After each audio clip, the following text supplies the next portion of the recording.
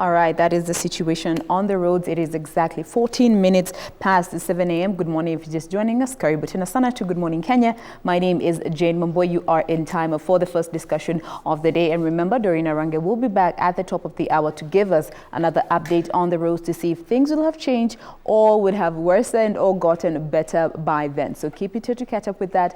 You can wait if you do not know which road to use as of now, or you can keep following the conversation via our website, that is www.co.ke/live, to just keep up with the discussion and get to know which routes to use to get to your places of work or your places of business this morning. So right now we want to get into the first discussion, and this is all about women who are at the forefront, bringing change in the society and inspiring our younger generation to be better, do better, and live better. And we have in studio with us Dr. Lydia Wangeshi Gashahi, who is a lecturer at the Technical University of Kenya, and also she is a meteorology scientist here in Kenya. Karibu sana. Thank you so much. You're glad you made time to be with us this morning? Thank you so much. All right, so as always, talk to us. Our communication channels are open. 20154 is the SMS number. Do leave a name and location. We'd love to know where you're watching us from this morning. If you have any questions, any comments, any clarifications, or if you'd just like to be part of this discussion, you can do so on Twitter. The hashtag ever remains hashtag Good Morning Kenya. At KBC Television is the official station handle. My handle is at Jane Mamboy. So shoot through those, anything that you would like to be addressed here in this discussion. So let's just get straight into it. Karibu sana once again. Are you on social media? No. No, we'll open an account for you.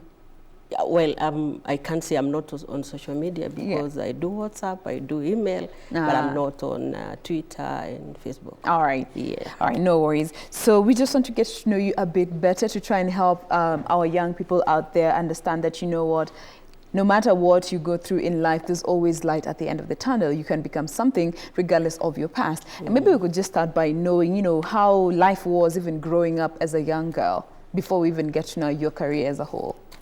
Yes, Lydia Wangeshi Gashahi, formerly was Lydia Wangeshi Githaiga, was born in Nyeri so many years ago.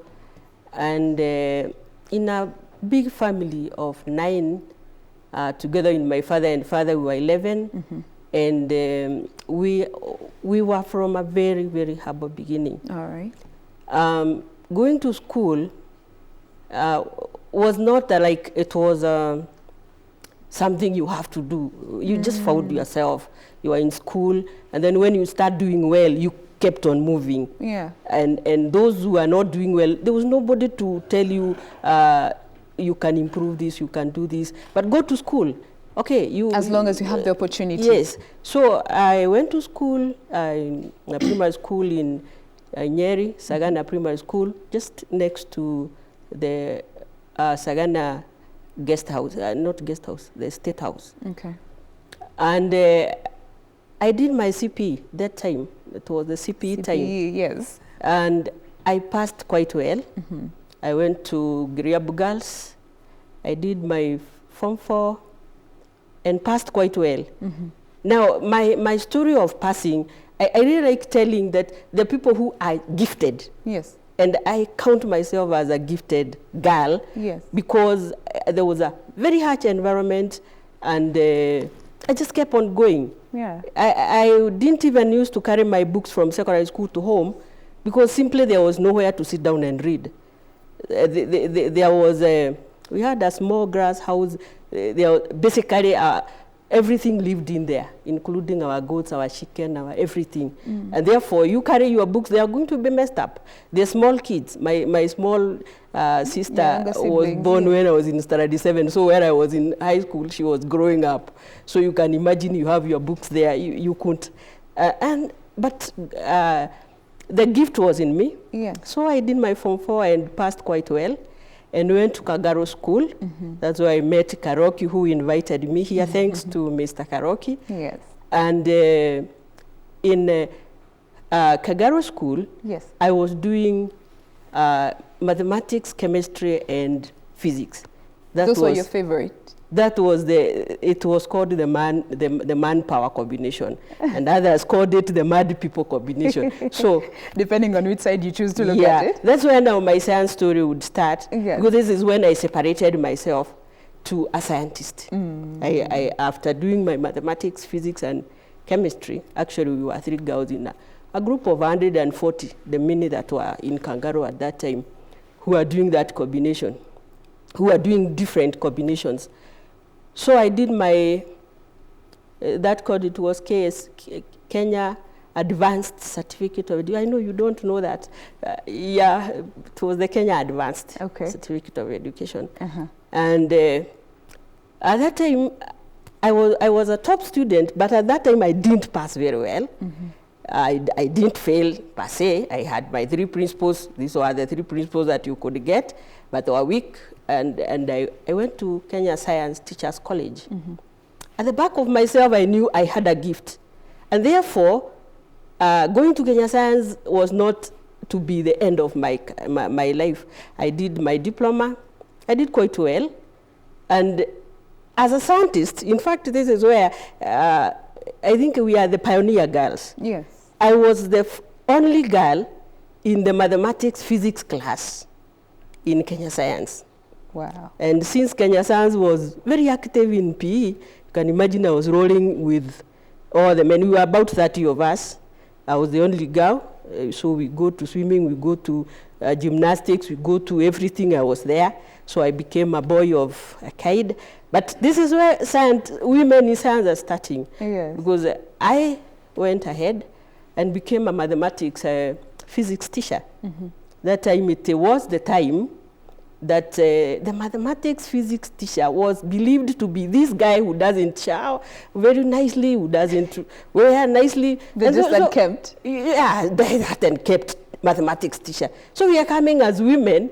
They're looking at you. You don't want to be unkept because you are a woman, first and foremost. So you want to break this stereotype that was going around. Stereotype of the science teacher. So I went ahead. But there are people who mentor you. And my first school that I went was Guguro Secondary School. It was a day school, and it was close to where I was living at that time. So I was going and coming back home. But there is the head teacher of that school who noticed a potentially good woman and decided to start telling me at that early age, you don't need to stop here. And that was your first job? Yes, from the TSC. Okay. Lydia, you don't have to stop here. And then I told her, I already started my family, so why are you telling me that I could go back to school? Yeah. These days, in the early 90s, mid-90s, the parallel programs were not there. So you did your diploma, you came and started teaching. There wasn't a way shut for you to go forward. Yeah. But there was this one program from the University of Nairobi called Extramural. The Extramural was only doing arts, and I was a scientist. So it's kind of, you are locked in yourself. Now, luckily for me, the University of Nairobi, Department of Meteorology, advertised that they wanted students from the diploma who had done mathematics and physics and had passed well. I've always passed well in wherever. So I had a second class at college, and I applied. Yes. And I got admitted immediately. And that's where my meteorology... That's when the journey really began. Now, looking at life from the time, growing up, it wasn't as comfortable as you would have loved it to be. You didn't have all the facilities that you'd have wanted to have, or could have, as a child, you wish for more. Yeah, but you can only work with what you have. Yeah. Up until to this point, you are getting admitted to the University of Nairobi to study something that is in line with what you love doing.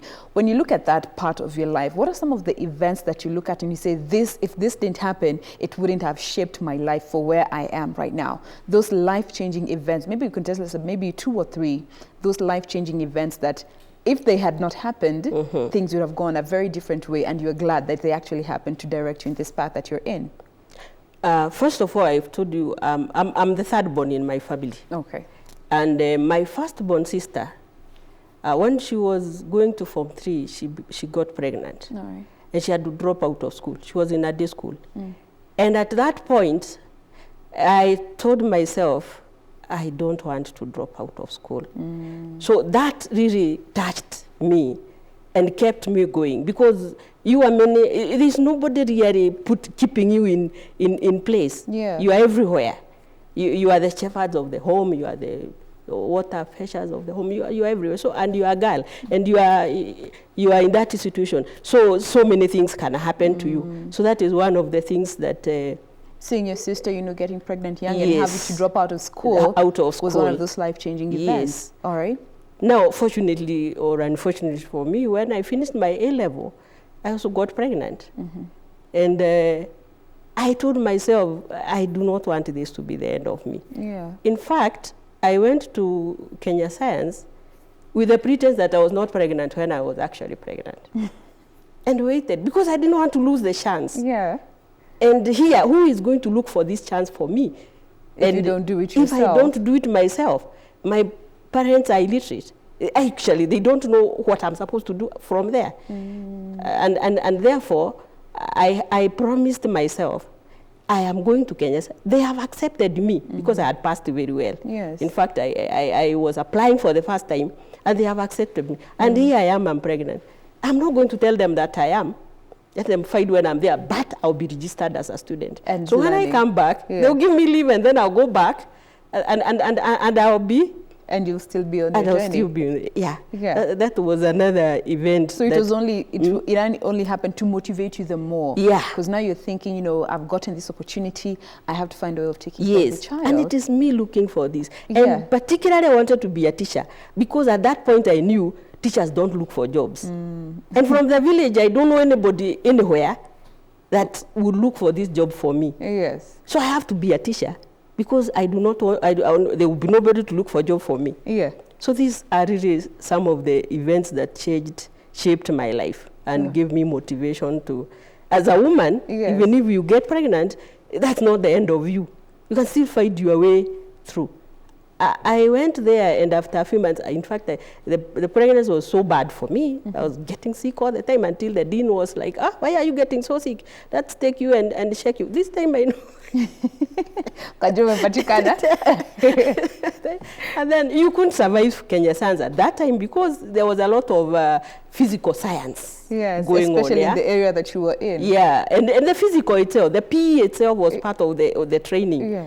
And therefore you couldn't go rolling and you are pregnant. So they did not accept people. But then they told me, you go home. When you get your child, you then come back. There, I am in And your Kenya position Science. was guaranteed. Yes. You went, had your baby, and you came And back. then I came back. And you continued with your Yes. studies. And now I went back after my baby was 5 months old. So I am a mother, and I am in school.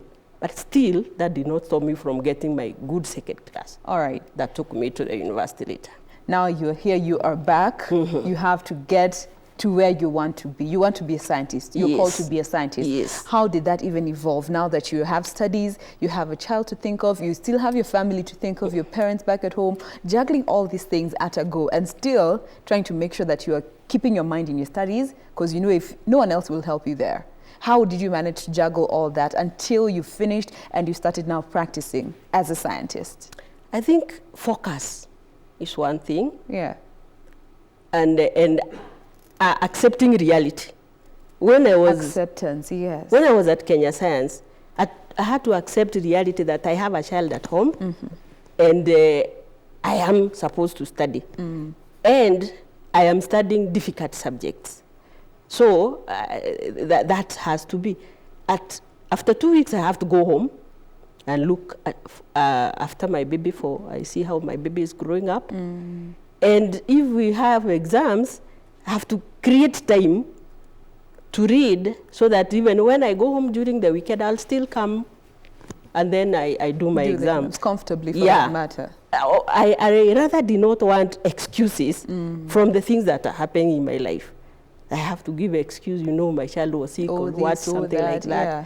And there will always be a reason. Yeah, obviously. And you see, you feel comfortable if I fail and I have something to blame my failure on, it's okay.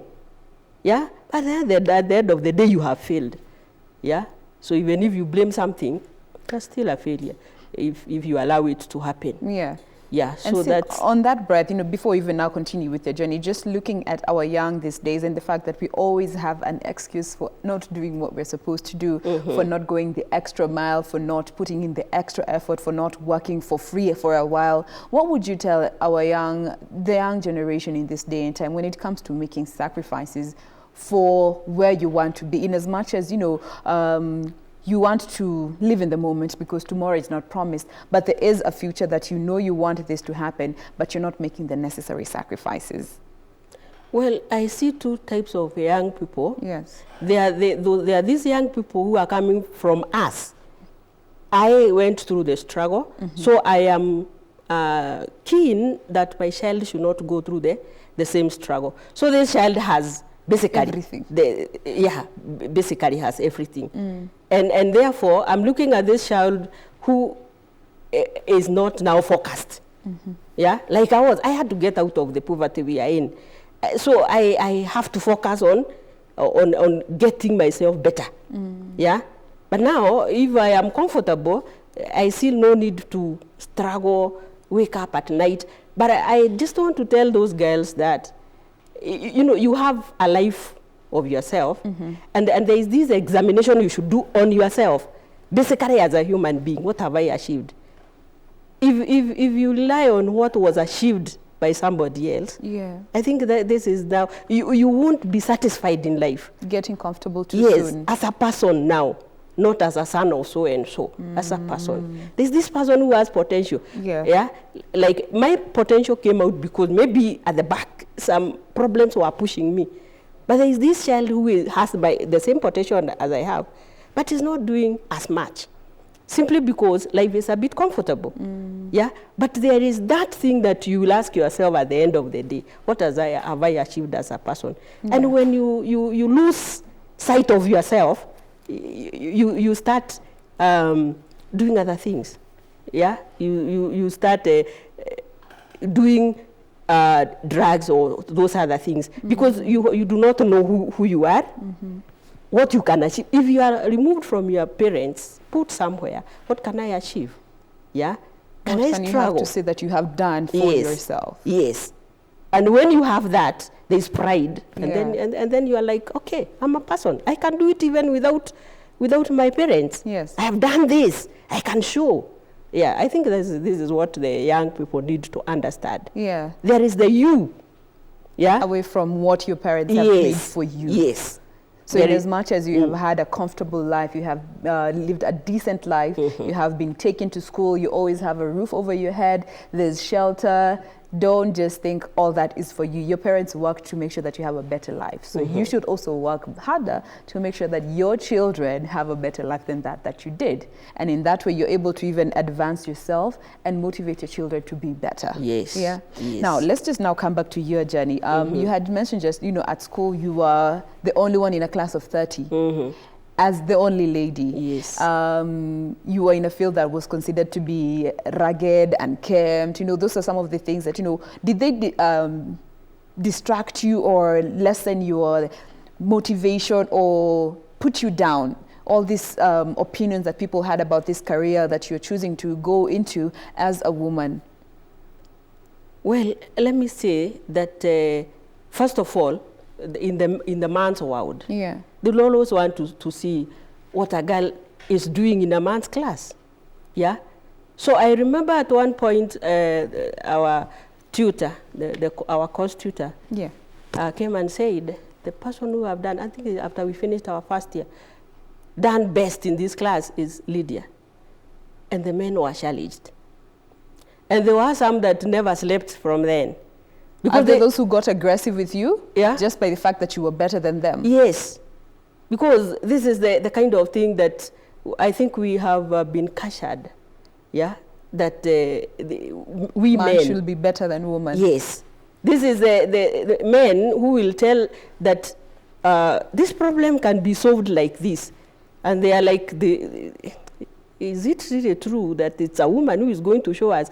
Some may even refuse to accept what you're telling them until they see it was the right answer. Just on the basis of you being a woman. Yes, they start accepting you.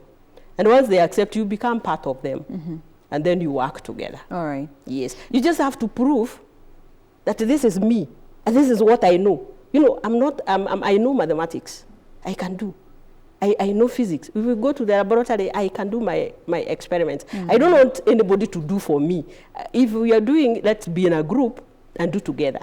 So can we say that, you know, when we say that women have to prove themselves harder is an actual fact that is out there, especially when it comes to these positions that have authority or power in the kind of society that we're in? I wouldn't say harder, but if they are themselves, Yeah. they have the potential to do what that line that they are in, then you just bring it out. All right. Yeah, you're not proving anything to anybody. You're simply bringing out your potential. Yeah, and if it is above anybody else's potential, whether men or women, there you are. You're going to shine. You don't have to because if your mind has a capacity that is higher than yours, why should I try harder? I just be myself. I am one of those people who read very few hours. Yeah, and if I read for 2 hours, and if I'm going to do an exam tomorrow, I'll stop my reading at 7 and go to sleep. You can read overnight, but I will still do okay. Because that is me. I know myself. This is how I do it. So it's about being true to yourself. Yes. Who am I? What potential do I have? Yeah. Yeah. And I say, from the journey that I've come, I know not everybody is a mathematician. But there is that which you have potential for. Yeah? You don't have to be me. If your line is not mathematics, what is your line? Yeah. Look for it. Then shoot. We all have a stronghold. Yes. Whatever it is. Even if it's preaching in church. Be excellent at it. Yes. Be good at it. Yes. Yeah. Don't compromise. So whatever you're good at. And everybody, you see, this is a good preacher. And this is a good teacher. This is a good whatever. This is a good driver, even those who are getting into the matatu business. Yes. If you are a good driver and you are a woman and you can do it, do your best until everybody is like, oh, do you see that driver? It's a good one. So whatever you're good at, don't just be good at it, but be excellent. Be good at it. Yes. Let excellence be your mantra. And your work will speak for itself. We won't have to try harder. Yeah. Yeah, because it will come out. Yeah, if I start, I'm short. It will come out, I'm short. I don't have to try straightening myself. That's what I am, who I am. So keep there. But there is that which you are very good at. All right. Yeah. Now, let's talk a bit about mentorship and just basing on your life in itself. You got to a point where the headmaster at the school that you taught in the first time noticed that there was some potential in you that you even maybe hadn't even seen in yourself. Yeah. And he sort of was the first mentor that you encountered. Yes. What role have mentors and mentorship in itself played in your career up to this day and time? A lot. Tell us a bit about that. Yeah, because when that man, he was the head teacher, saw my potential, he's late, Mr. Mwagi, and pushed me. In fact, we almost fought. And he had to talk and talk and talk. Because me, I was like, I have a family, I can't live with my family. You were comfortable. And the first time, the extramural, I applied and I got the chance. But I told him I can't even afford. And he was like, you can. No, I can't. Then there was that one then came. That man brought the letter to me. He looked for me in the compound of the school and brought the letter. And remember, this was his only mathematics physics teacher from the TSC. Wow. And he was ready to let you go. That's the level a mentor should go. He had no teacher, but he's bringing me the letter. Lydia, open this one. Then I opened. And then he said, I said, it says I'm pleased to inform you that you've been accepted. He said, refuse that one now. Yeah. I told him now, the TSC has to give me a study leave with the pay. He took me to his office and talked to me. Even if the TSC does not give you pay, please go. And I was like, what are you saying? So this man started my journey to academic success.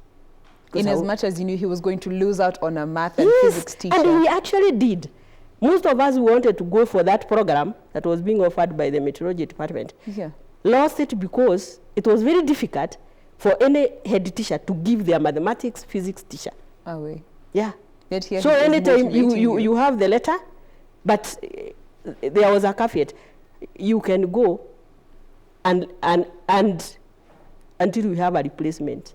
So now, if the TSC does not give the teacher to that school for replacement, you are not going. But this teacher just gave me the letter and told me, go. So that is one of the people who actually mentored. And got you started on your journey.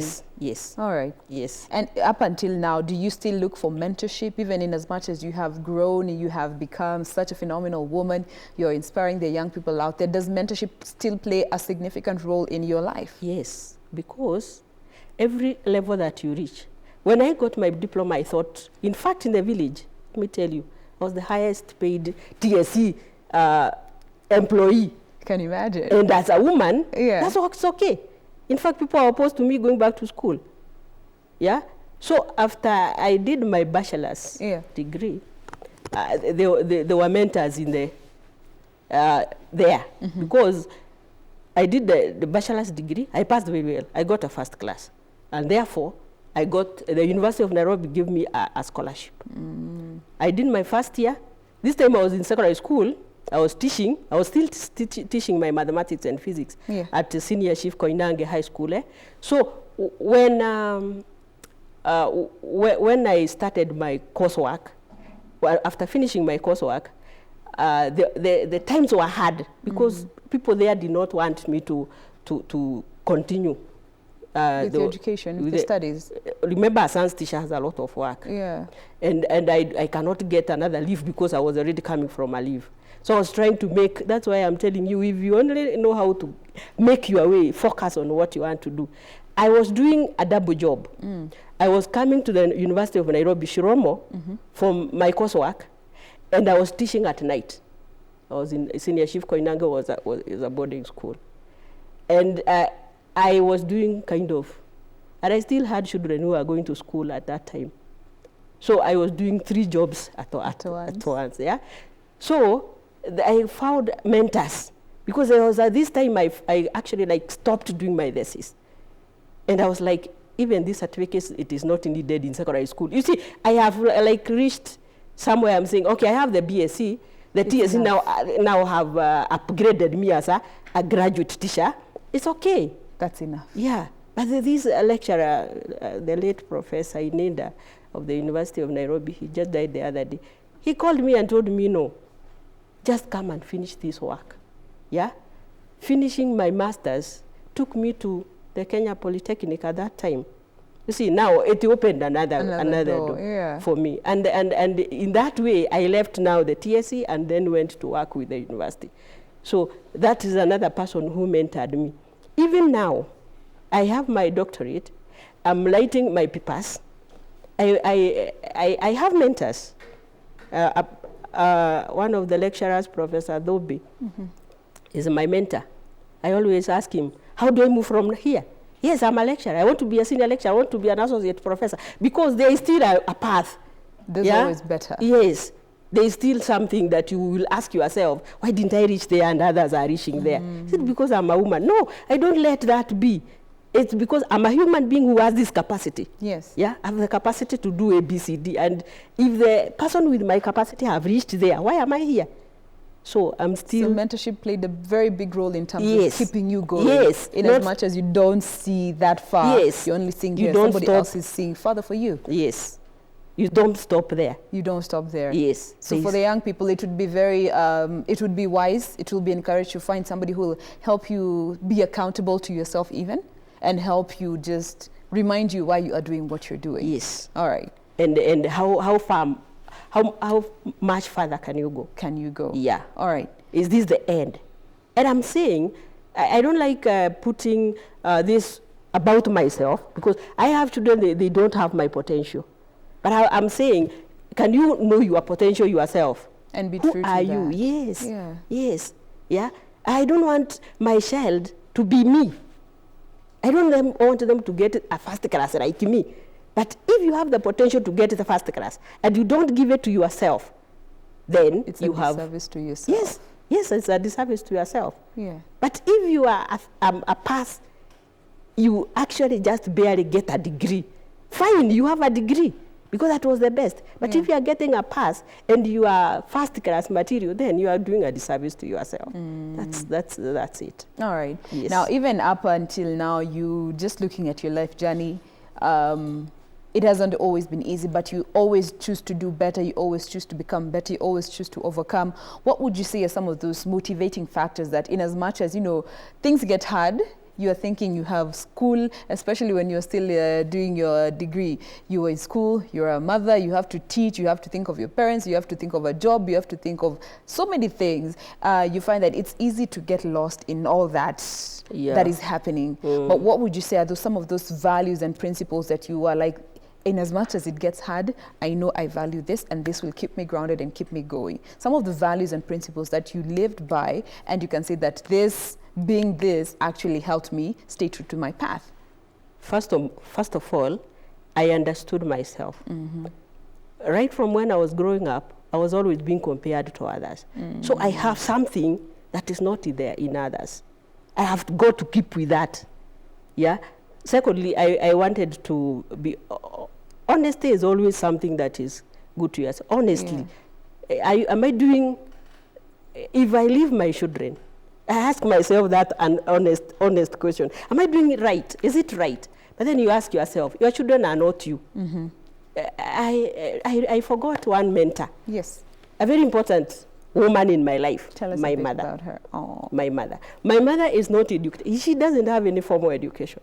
But when I was going to university, the first time now, I'm coming from Nyeri to Shiromo to be a boarder, and I have 3 children. The last born is 3 years.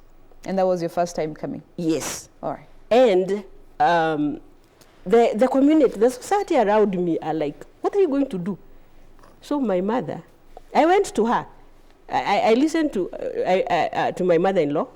My mother-in-law was like, you know, women are the ones that bear the burden of the home. So if you are not here, nyumba itaanguka. Nyumba itaanguka. I went to my mother. My mother said, I have 9 of you. None of you is as gifted as you are. If you don't do it, you won't give it to your brother. That finished me. When I came back from her, I did not have any doubt that wherever this which my mother sees in me will take me, it will take me. That is what took me to South Africa for my PhD. Imagine. Yeah. Because if she told me something else, like, how do you leave your children? I would have been troubled. Do I go, do I not? She said she has 9. Only me has this potential. If you don't do it, none of your sisters or your brother, I have 1 brother and the rest are sisters, will not do it. So you see that one now pushed me. These are some of the things that have. So even if things went very tough, because those 4 years were not easy, things went very tough to a breaking point, but I was still holding to, I am my mother's only special girl who passes. And she said that to you. Who passes every step very successfully. Yeah. And she has all these others, and she has also pushed them to points, but they are not passing that successfully as I did. So she made me really take that one very seriously. I said, okay, I'm not going to let you down, my mother. And that was one of the things that even helped you realize who you are and be honest to your own path. Yes. All right. Yes. Now, what role has, being disciplined played in your career journey? Trying to be disciplined with your work life, with your finances, with your children, and even with your work? I think it's a very major issue. Having discipline really will take you back to where you are coming from whichever journey you take, unscathed.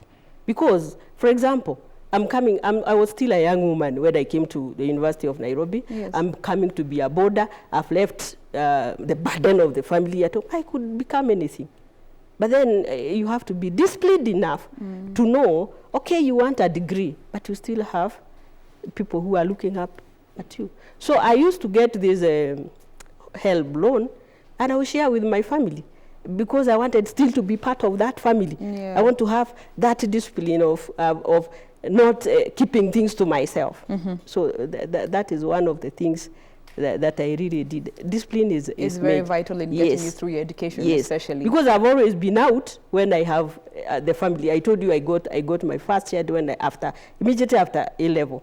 So coming to Kenya Science, I had a child at home. So I had to be and I was very young. I think 22 years at that time. So a young girl in the midst of young men. So I could have become anything, but I had to have that discipline to keep myself in check. Yeah. And know that if you can't afford to mess up, yes, you just have to step up. I couldn't. Yes. All right. Now, when it comes to nurturing our young and especially our youth in this day and time, because, they are the biggest category that, faces unemployment, and so many challenges in the society are facing the youth as a whole. What more do you feel we need to do in just terms of nurturing them, empowering them, letting them know that it's always good, there's always light at the end of the tunnel, because, just as you say, in as much as you had your child when you were young, for some, once they have a child, that's the end. That's the end. They do not have people to keep them motivated. Some are even chased away from home. Some are excommunicated. Some don't have life as easy after having a child. And some just continue being reckless. What more do you feel we need to do to sort of nurture and mold our youth and just stop letting them discover life by themselves and sort of guide them through? Actually, I talked about two types of people. Yes. Because much as I am in Nairobi today, there are still those who are back in the rural village and who are having a life similar to the one I had those many years ago. They have, they still don't see like there is hope for them, because opportunities and basically even financially things are not very, very good. But these are the people who I would like to talk to first and say that much as your situation may look very hard, you can still get out of it. Yeah, particularly today, we have the government supporting a lot. Yes. Yeah, we have free primary education. That girl who is good at doing academic work can sail through even with the difficulties of life. Yeah. And with free primary education, with secondary almost secondary free education, one can sail through.